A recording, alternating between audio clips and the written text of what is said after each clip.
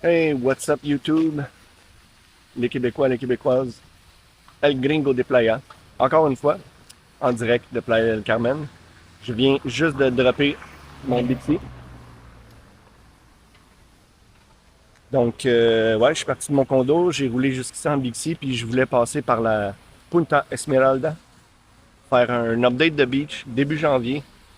De quoi ont l'air les beaches, l'état des sargasses, c'est quoi un peu la saison des sargassos, les palapas, le vibe général, voir de quoi ça a l'air en début de high season. Fait que je vais faire quelques coupeurs parce qu'il va y avoir des bouts très longs quand on monte Punta Esmeralda dans la jungle. Puis ouais, je vais faire quelques petits edits dans cette vidéo-là, mais ça va être principalement en mode POV, walking, talking, encore une fois. En ce moment, je suis en face du Paradisius, le fameux Paradisius qui est très luxueux et très très cher. On va voir l'état de la beach tantôt en face, voir est-ce que ça vaut vraiment la peine. Alright, let's go! Ah oui, puis juste vous mentionner, dans le fond ici on est au bout de la Quinta, ben au bout. Il y a encore un méchant bon bout. Mais c'est à peu près l'équivalent de la 110, à peu près à hauteur de Caillé, 110. À partir d'ici, c'est plus piéton parce qu'il y a toutes sortes d'hôtels, puis des voitures, là, beaucoup de taxis, voitures, autobus. Mais il y a quand même toute la piste cyclable puis le côté trottoir. Fait que c'est quand même un bon bout se rendre ici, mais ça en vaut la peine.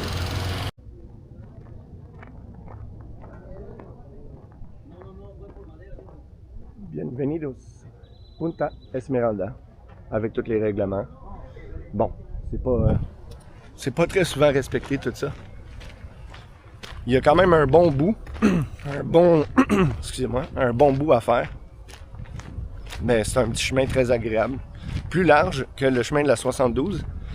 Un peu plus venteux aussi. C'est le chemin de la 72, des fois, c'est vraiment deep dans la jungle. Ça peut être très très chaud et humide. Tôt le matin, souvent, il y a vraiment beaucoup d'oiseaux dans le mangrove. C'est vraiment le fun.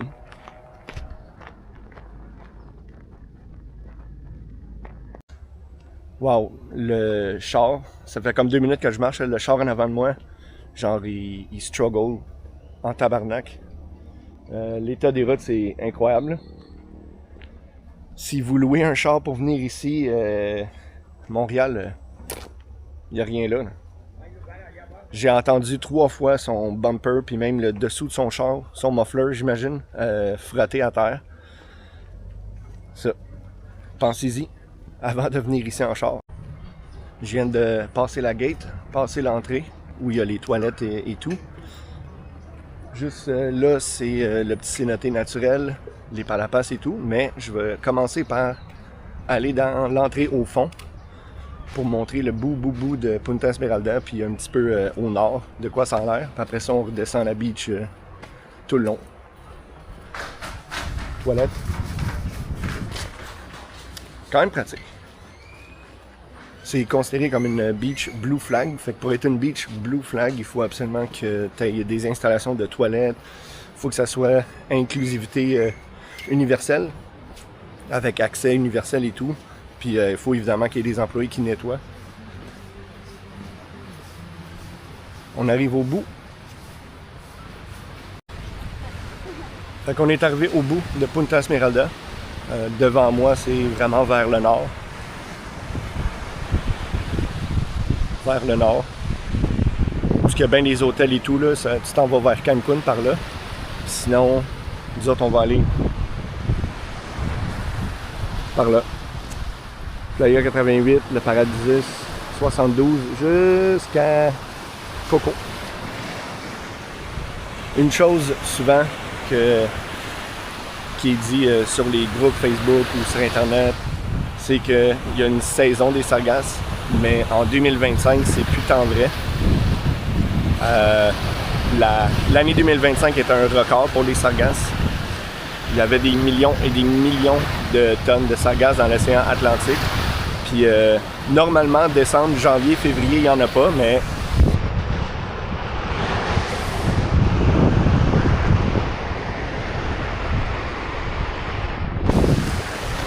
Ben, faut dire qu'ici, c'est pas une plage qui est comme nettoyée parce que c'est pas. On n'est plus dans Punta Esmeralda, on est un petit peu plus au nord.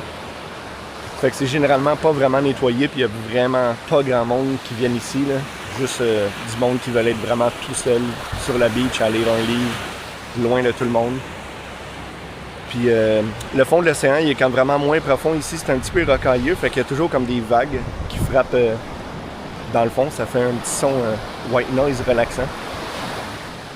Mais là, on s'en va vers le sud, Punta Esmeralda, Playa 88, Playa Santelidos, Coco Beach. J'irai pas plus loin que Coco Beach parce que après ça, tu peux plus passer. Il faut littéralement que tu ailles dans la mer, que tu marches dans l'eau pour rejoindre Martina Beach puis 38. Mais c'est pas tant beau dans ce coin-là. Il n'y a plus grand plage. Ça s'est pas mal érodé.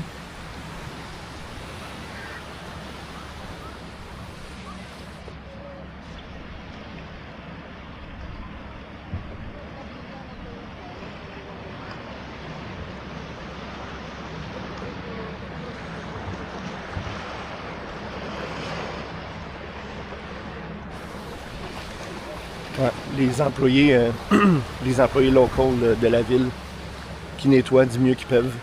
Là, on n'est vraiment pas dans la saison. On est censé être dans la saison zéro sargasse, mais on peut le voir même dans l'eau ici.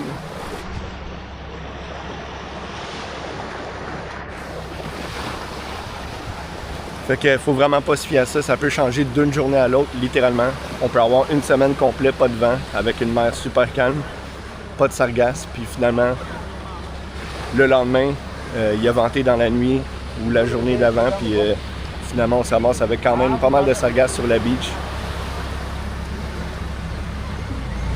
Mais c'est pas pour vous décourager, c'est juste, c'est comme ça. C'est la réalité de nos océans pollués qui font de plus en plus de sargassos. Quelques palapasses au fond là-bas. Les fameuses balançoires. Là, c'est comme nuageux. C'est nuageux un peu. Fait que c'est peut-être pas les plus belles couleurs. Ça représente pas nécessairement les super belles couleurs du Cénote. On va voir s'il y a un peu de soleil qui va sortir.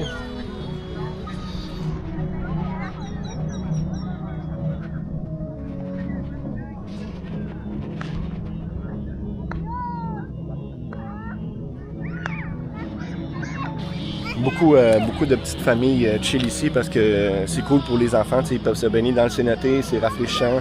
Puis c'est ça, t'as pas les sargasses ou t'as pas les vagues de la mer.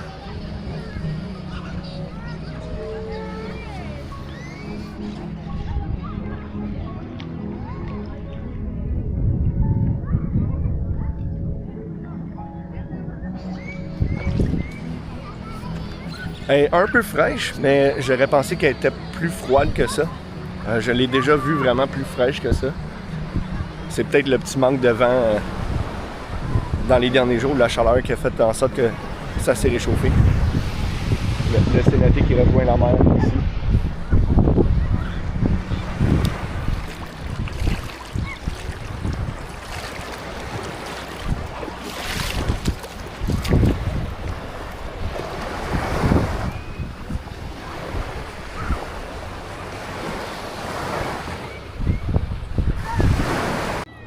Je vais continuer la vidéo en mode point of view avec ma DJI sur mon chest.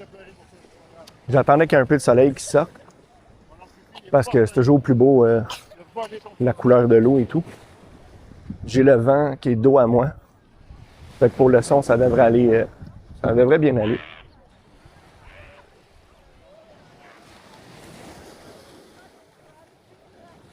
Déjà ici, on voit que c'est beaucoup mieux. Vraiment là, des petites vagues, très tranquilles.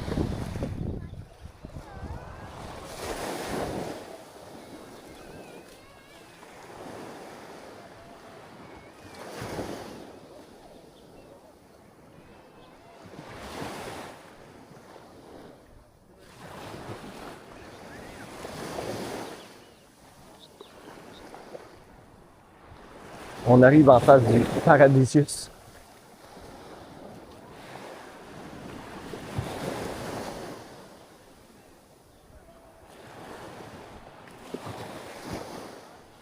Pile de sargasses. Au moins, il y en nettoie. Puis elle sent pas parce qu'elle est enterrée avec beaucoup de sable.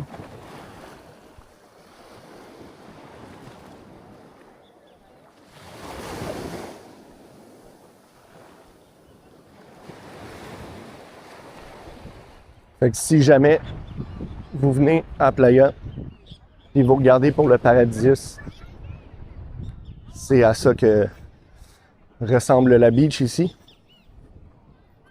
C'est quand même un hôtel qui est bien situé dans le sens que tu es collé sur la Quinta. C'est facile d'aller dans Azila ou Centro, en bicycle ou juste à pied, une longue marche sur la Quinta. Fait que ça ressemble à ça. À partir des chaises longues.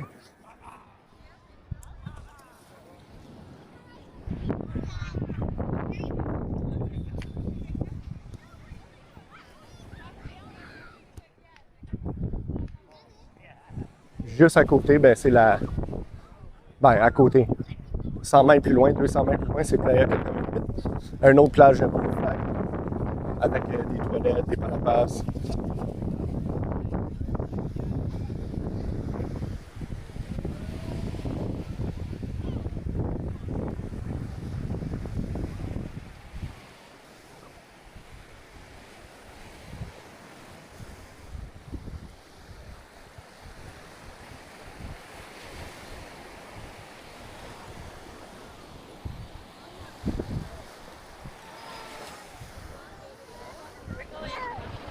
J'ai aucune idée combien ça peut coûter à ce temps-ci de l'année.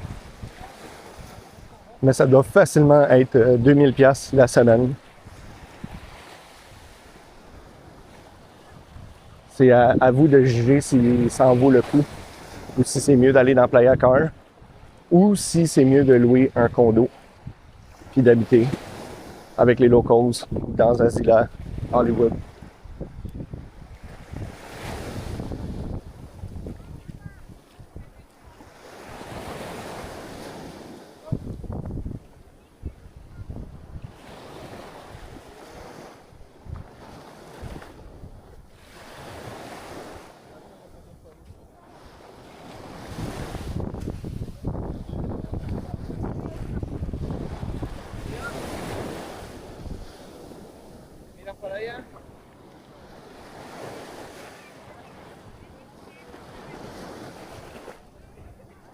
Ici, la plage est vraiment, vraiment moins large. Ben, c'est ça, entre Punta Esmeralda et 88, même 72 est encore plus large. La température de l'eau, j'estimerais environ à 24. Ouais, 24-25. Puis la température extérieure, ces jours-ci, c'est à peu près 28. Donc c'est vraiment, vraiment agréable. Là, aujourd'hui, c'est ça, c'est plus venteux, puis quand même nuageux.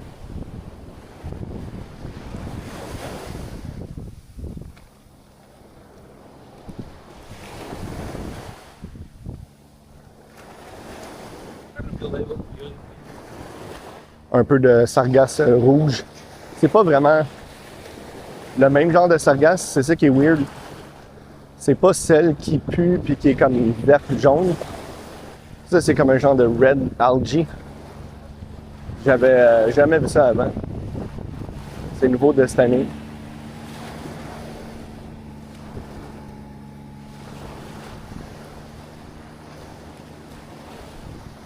Policier en doom buggy.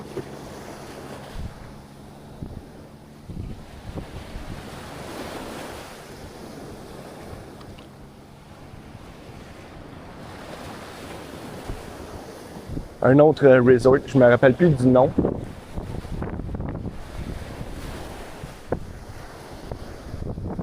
Beaucoup de petites cabanas avec des lits. Quand même très très nice.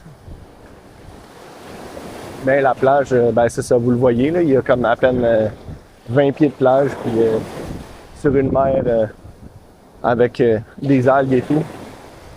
C'est définitivement pas Cuba, mais les gens viennent ici pour d'autres raisons.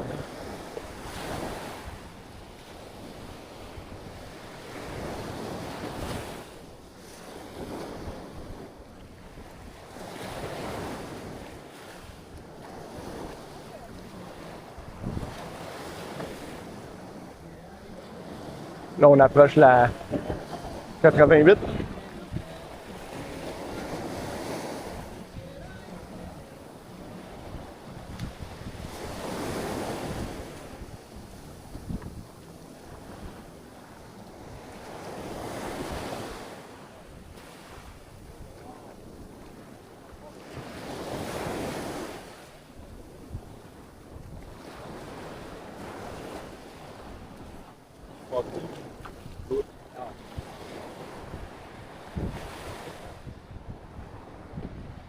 L'entrée de 88 par la passe.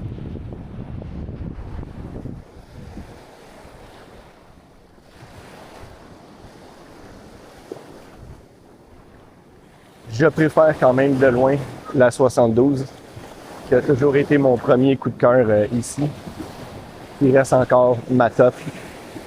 Quoique Playa Car, c'est vraiment très très nice aussi. Quand on peut y accéder, puis quand que la plage est assez large. Dans le phase 2, c'est vraiment une des plus belles de Playa, sinon la plus belle, mais c'est quand même très loin de chez nous.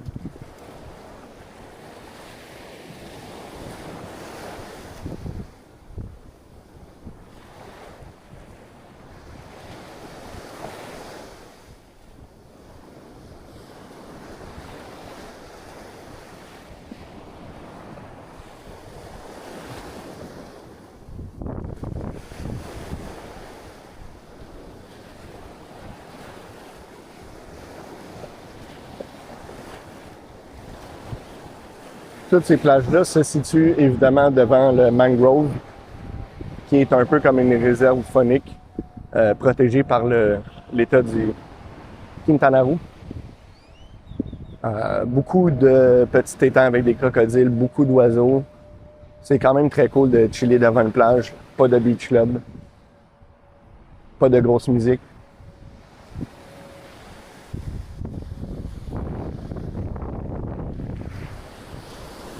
Punta Esmeralda.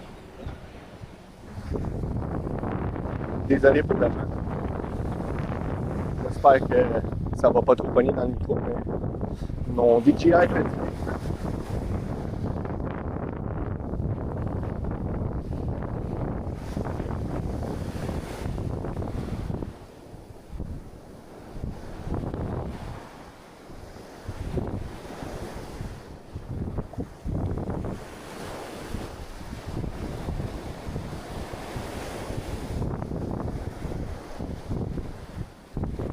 Il est environ 10h45 à l'heure où je filme ça. Fait que ça reste quand même relativement tranquille pour une journée nuageuse. Je m'attendais pas à beaucoup plus de monde que ça. Mais plus qu'on va vers Cocoa Beach, plus qu'il y a du monde.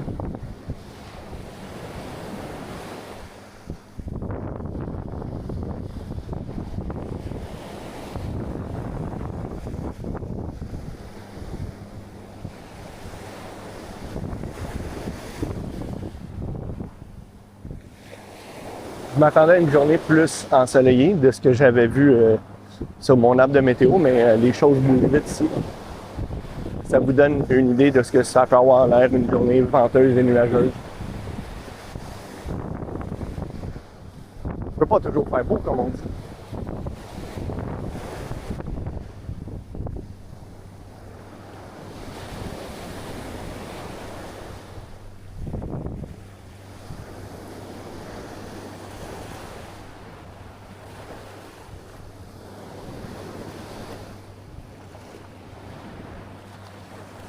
Voilà, quand on voit des chiens, c'est signe qu'on approche. Playa San Felidos, Playa 72. Par là.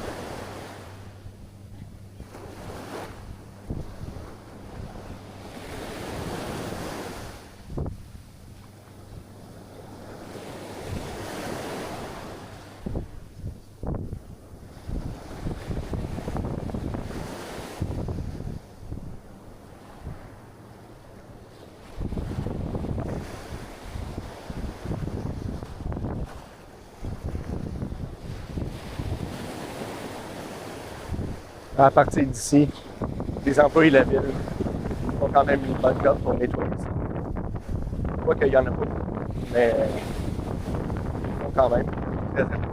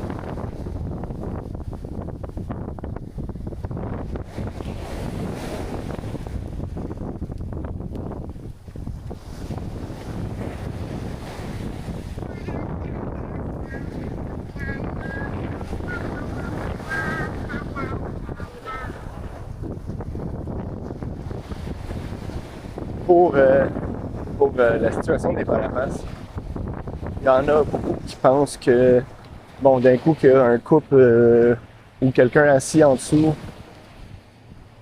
on peut pas y aller. Mais la mentalité ici, c'est vraiment le partage.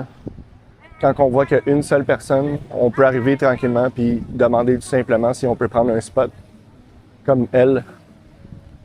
On pourrait facilement avoir un groupe de 3 ou 4 qui s'installent en dessous. Quoique c'est une journée nuageuse aujourd'hui, fait que les gens ils cherchent pas tant l'ombre.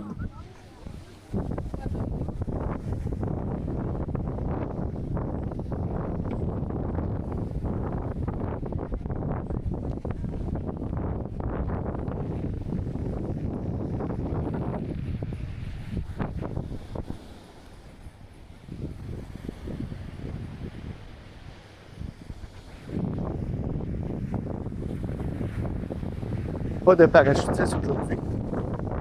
Ça faisait une couple de jours que j'en voyais atterrir un petit peu plus loin là-bas après les terrains de Vendée, mais je pense que c'est trop nuageux pour l'avion.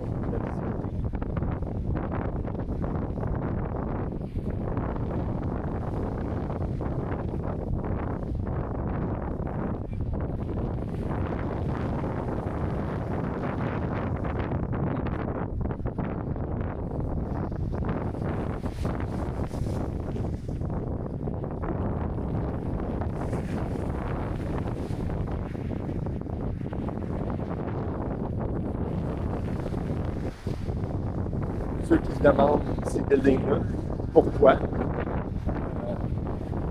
qu'on m'a raconté, environ 5 ans de ça, il y avait des entrepreneurs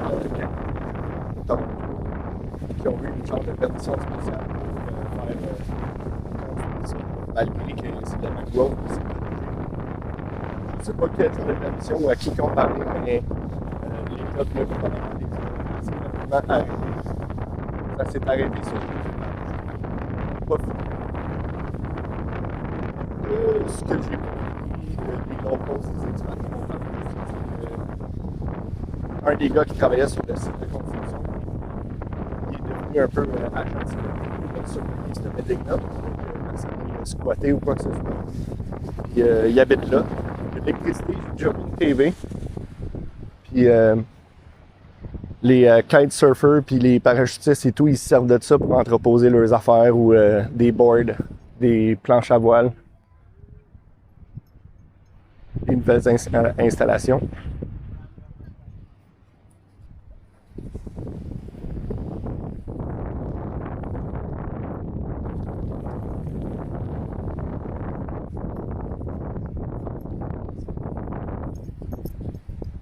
Ah, voilà. C'est celui qui fait la promotion de la Dogo Beach, qui a un compte TikTok, un compte Instagram. Si vous voulez follow, essayez de le trouver sur Instagram ou TikTok. Je me rappelle plus de son nom. Sur le fly comme ça, souvent je me rappelle pas du nom du monde, mais c'est ça, lui, il fait la promotion de la Logo Beach, il a fait de la plantation. Tout ça, c'est eux qui ont reforesté pour empêcher l'érosion de la plage. Voilà.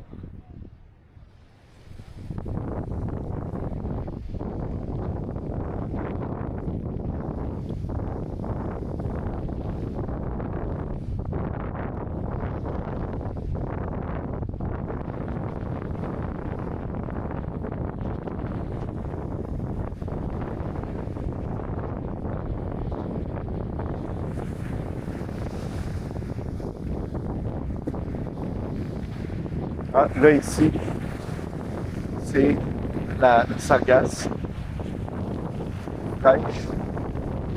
Quand elle est jaune ouverte comme ça, c'est vraiment. C'est ça, c'est la sargasse qui vient juste de s'échouer.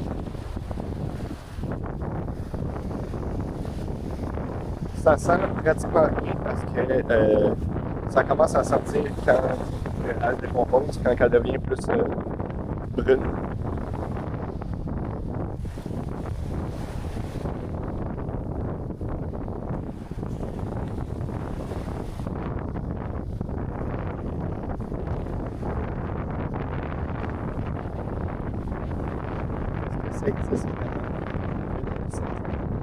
C'est une sargasse. La réponse est non. Il y a des journées ou des semaines, ou même peut-être à la limite un mois complet, mais ça revient toujours.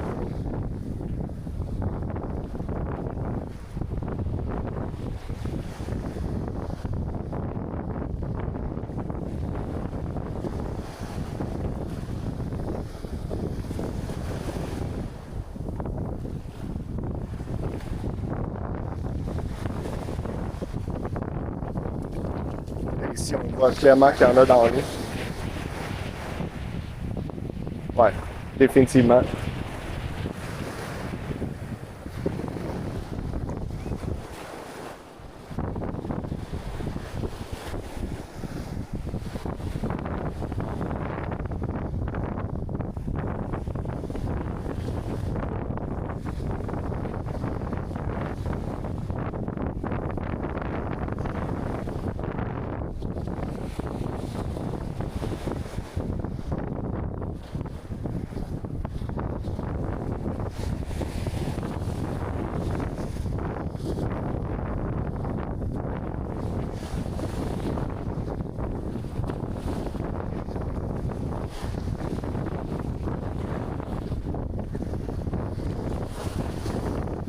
Ces oiseaux-là, il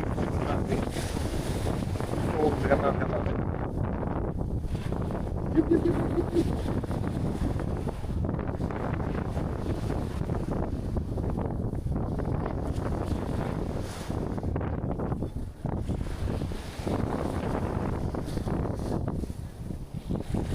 Là, on est vraiment sur la fameuse Coco Beach, en plein cœur. La plage est maintenant famously connue comme étant la plage des Québécois. Parce que beaucoup de gens habitent autour de la Saint-Hilaire, un petit peu au début du centre. Fait que c'est la plus belle et la plus large plage pour s'installer. Quoiqu'aujourd'hui, c'est définitivement pas top avec toutes les sargasses. Mais c'est le fun d'aller jouer dans l'eau. Je vais sûrement aller faire un tour cet après-midi.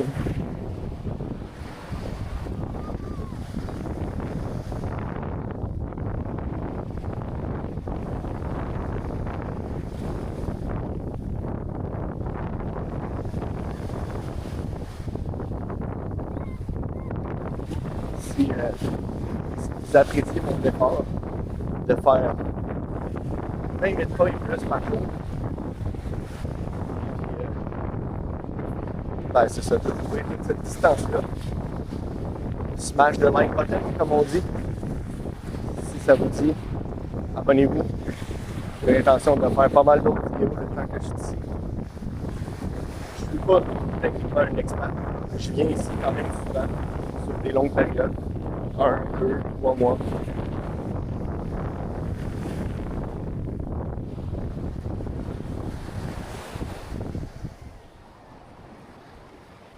The Reef Coco. J'ai déjà fait un petit short, un petit vidéo là-dessus, comme quoi que je trouvais pas que c'était vraiment la plus belle beach.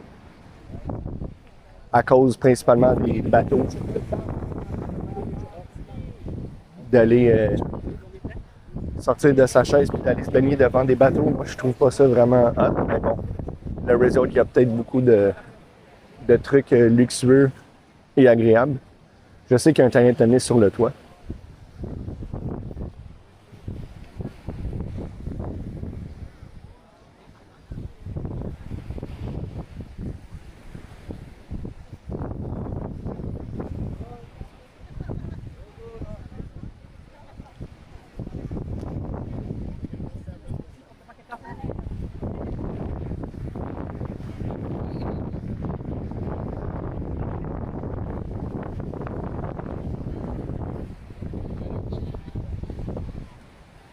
Ici aussi, il y a quand même pas mal de Québécois. Des Américains aussi un peu.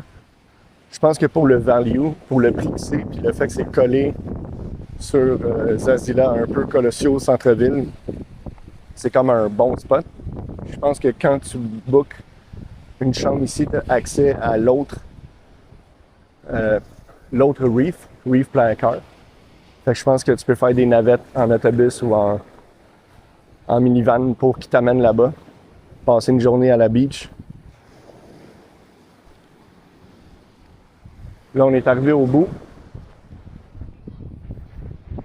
Ils ont mis tous ces gros sandbags, toutes ces choses-là pour protéger, empêcher l'érosion.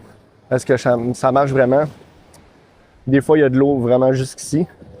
Je suis déjà passé une fois. Puis tout ça, c'était de l'eau. Des fois, ça monte jusque là. Fait que pensez-y bien avant de louer à cet hôtel-là. J'irai pas plus loin parce que ça me tente pas de passer là-dedans. Mais bon, techniquement, je pourrais, là. C'est quand même assez calme. Après ça, c'est Playa Pelicanos, l'autre côté du petit building blanc. Martina Beach, le Maïkal qu'on voit au loin. Je pense que le niveau de la mer est un peu plus bas aujourd'hui. De ce que je vois, Playa 38 puis Martinas, ils ont l'air de connecter. Ou sinon, il en manque pas gros. Puis après ça, ça continue jusqu'au fond, Mamitas Beach, jusqu'à Constituyentes. De l'autre côté, c'est le centre-ville.